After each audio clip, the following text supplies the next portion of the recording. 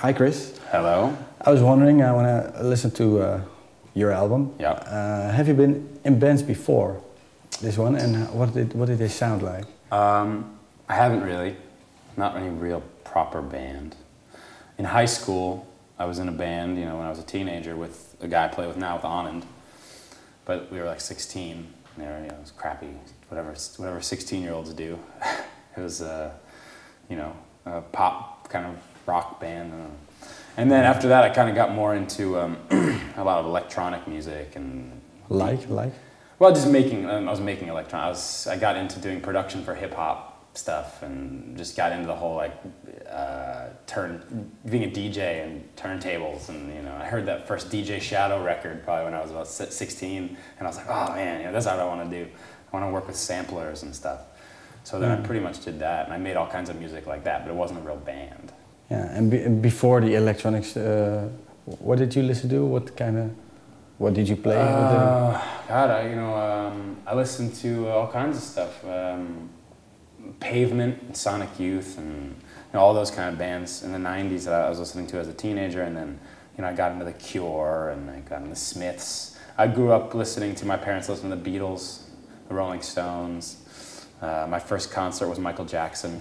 I was about 5. Yeah. Where was it? Where and when was it? In Washington D.C. in 1987. Oh, so I was about I was about 5 years old. In the Bad Tour or something. Bad Tour, yeah. That was awesome. That was pretty. It was terrible seats, but I'm a huge Michael Jackson fan. I love I'm definitely inspired by a lot of kind of dance pop music and David Bowie. That's the kind of stuff I grew up with. Yeah. And I started branching out from there, really. Yeah, and then you heard DJ Shadow, and then everything changed. I heard DJ Shadow. I started listening to DJ Shadow. I was listening to the Automator, produced Dr. Octagon, and I got into the Beastie Boys and Run DMC, and and then all kinds of hip hop stuff, and just Wu-Tang, and got excited about sampling and making music by yourself, not with a band. It just seemed really pure, and it seemed really interesting to take samples from records. So I started collecting records, crappy old records, digging through bins, got turntables, and that just became what I was interested in. And then from there, got recording programs when I was about 17 and learned how to record music. And probably because of that, we were able to record our own. We did 85% of the record ourselves, probably because I've been, we all have kind of been working at recording ourselves for probably a few years, so. Yeah, on your own. It was still a struggle to do this one, but it was a little more professional, but yeah. It was a struggle? Yeah, it took a while.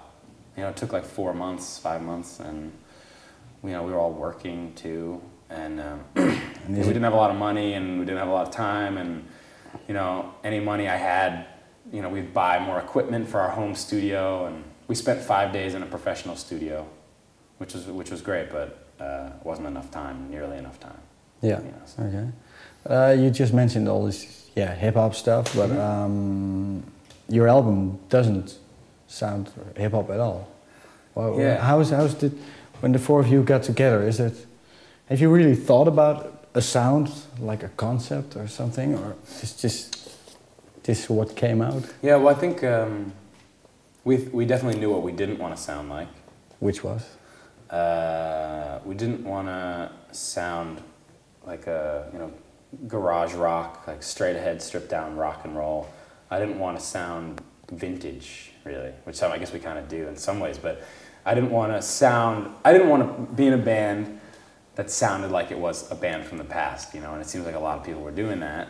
But I felt like if we had one chance to make our album, might as well incorporate as many influences as we can, because it might be the only shot, just might as well make it heavy and melodramatic. And I was listening to a lot of, percussion music from the Middle East. I was listening to some West African bands from the 70s, and as well as, all this kind of 80s alternative stuff I like.